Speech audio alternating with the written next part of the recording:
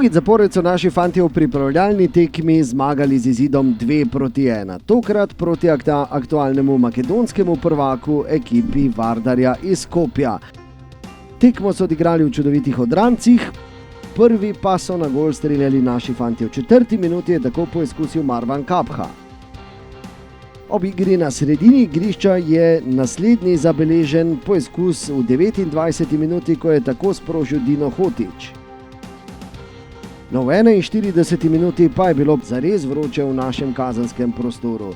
Po napaki Šulerja je do žoge prišel Spirovski, močno udaril, na srečo Obradoviča je žogi pot v gol preprečila Prečka. Ko je že vse kazalo, da bo izid prvega polčasa 0-0, pa je Alex Pihler izvajal še tretji kot za Maribor v prvem polčasu. Bilo je v podaljšku, torej v 45. plus 1 minuti. Lepa akcija, na drugi vratnici je žogo zavrnil Mertel, na pravem mestu je bil Šuler in 1-0 je bil izid prvega polčasa. V drugem polčasu so izjemno dobro začeli naši fantje. Že v prvi minuti je Tavares tako poizkušal iz razdalje. Nato je v 59. minuti po hitri podaji z Novakovičem Hotić zadel celo vratnico.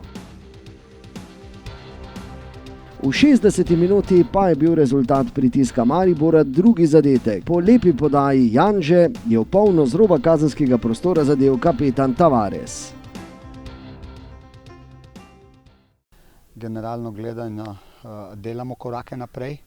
Igrali smo proti moštvu, katero je tehnično zelo sposobno in katero je mogoče v nekih segmentih igre tudi podobno našemu nasprotniku v Evropi.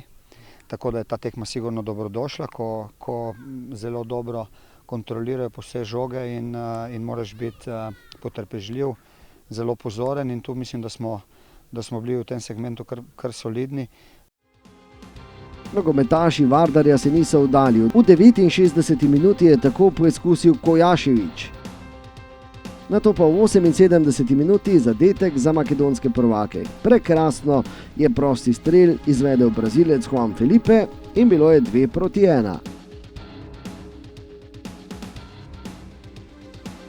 Še zadnji poizkus za izenačenje smo videli v 89. minuti, na mestu pa je bil vratar Cotman. Mislim, da je predvsem pokazalo, da smo zelo trdni v obrambi, kompaktni.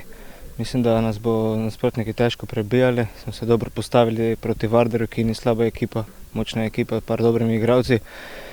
Tako da, mislim, tudi prvi polčas smo imeli kar nekaj dobrih posesti, prišli do priložnosti, pol drugega smo malce padli, vendar pa, kot sem rekel, z trdo obrambo, z dinamiko prehoda, mislim, da smo lahko optimisti. 2-1 zaslužena zmaga za naše fante v še eni pripravljalni tekmi, naslednja bo že v sredo.